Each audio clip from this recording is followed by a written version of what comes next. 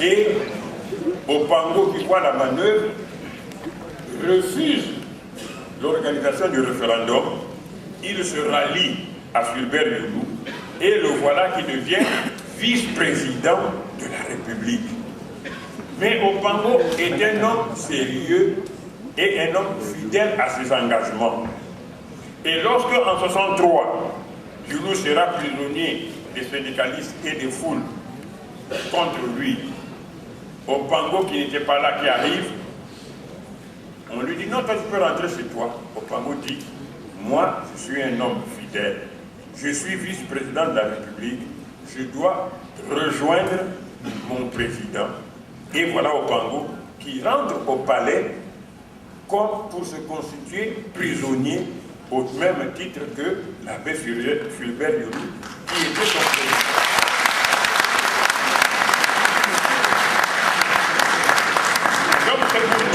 Donc c'est pour dire que Opango est un homme sérieux et un homme, un lutteur, parce que Opango a fait la prison pour avoir soutenu Matou André lors de son procès. Donc vous voyez comment la lutte se mène dans le pays. Et aujourd'hui, qu'on nous parle d'ethnocentrisme, qu'on nous parle de tribalisme exacerbé, mais regardons les régimes qui nous ont précédés, nous verrons bien que c'était des régimes nationaux.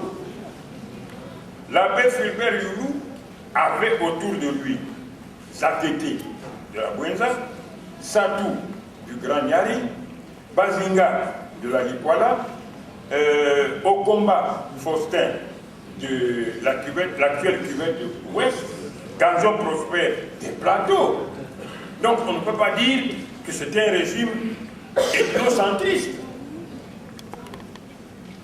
Massamba Deba avait des gens de tous les autres coins du pays. Et aujourd'hui, qu'on nous parle de l'oyocratie. Mais dans l'oyocratie, vous avez qui? Premier ministre Isidore Fouba, ministre de l'État Tati Mouta, qui est depuis nous. Et vous avez ici Jean-Martin Bemba, qui est du Poul. Donc, on peut multiplier les exemples pour dire que aucune formation ethnique, là j'appuie un peu sur le sujet que mon frère Henri va traiter tout à l'heure, mais personne ne peut dire que les régimes qui se sont succédés au Congo n'ont pas fait la part d'elle à toutes les ethnies, même si c'est au niveau des bureaucraties tribales, mais au moins nous pouvons dire que toutes les ethnies étaient partie prenante de ce pouvoir-là. Même le pouvoir de Pascal Lissouba que nous avons traité de pouvoir ethnocentriste le plus avéré, mais là aussi nous retrouvons Stéphane Maurice Bongo-Noira, ministre d'État, nous retrouvons Ombaka et tant d'autres que nous ne pouvons pas tous citer. Donc c'est pour dire que la paix est une denrée qui nous intéresse tous. Mais il faut que nous sachions dire qu'est-ce que la paix. La paix, ce n'est pas le manque de violence, et le manque de guerre. La paix, c'est aussi le manque de situations qui peuvent amener une explosion sociale. C'est ça la paix.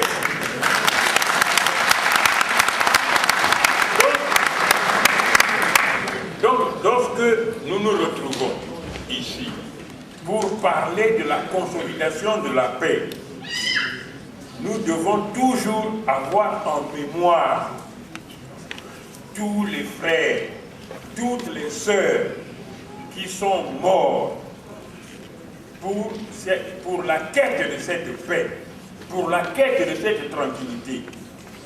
Et nous devons aussi dire que hier, de leur vivant, ils étaient des ennemis, mais aujourd'hui, ils sont unis dans la mort. Et nous devons, tous tels que nous sommes ici, avoir une pensée pieuse pour eux. Nous devons avoir le courage de leur pardonner, mais nous devons aussi avoir le courage de louer l'action des victimes. Même si nous pardonnons aux bourreaux, nous devons valoriser les victimes et leurs sacrifices. Et avant de poursuivre, je voudrais vous demander de vous lever pour observer 1 minute de silence pour tous nos frères, toutes nos sœurs qui nous ont quittés dans les affrontements fratricides qui ont émaillé l'histoire de notre pays.